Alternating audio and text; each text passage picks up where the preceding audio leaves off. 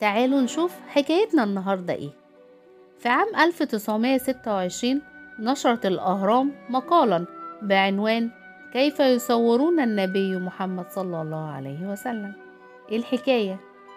في شركة ألمانية بتمويل مشترك مع الحكومة التركية اتفقت مع يوسف وهبي إن يقوم ببطولة عمل فني يجسد فيه قصة سيدنا محمد.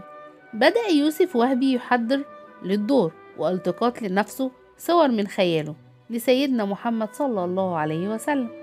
وأكد المقال إن الدور ده هيكون تشهير بالنبي، وانزعج يوسف وهبي من المقال، وفي نفس الوقت لم ينفي إنه وافق على الدور. والمدهش إن فسر إنه رضي إن يعمل الدور ده لرفع شأن النبي صلى الله عليه وسلم وتصويره أمام العالم الغربي بالشكل اللائق بيه وحقيقته النبيلة، وليس الغرض من هذا الفيلم سوى الدعوة والإرشاد للدين الإسلامي. وجاء رد الأزهر حاسما بخطاب إلى وزارة الداخلية بيطلب بالتحقيق معاه ومنعه من عمل الدور، حتى لو اقتضى الأمر منعه من السفر. واستدعت وزارة الداخلية يوسف وهبي وحققت معاه وأرسلت ردا للمشيخة يؤكد فيه أنه سيعتذر في الصحف عن قبول الدور. وأرسل الملك فؤاد تحذيرا شديد ليوسف وهبي وهدده بسحب الجنسية منه.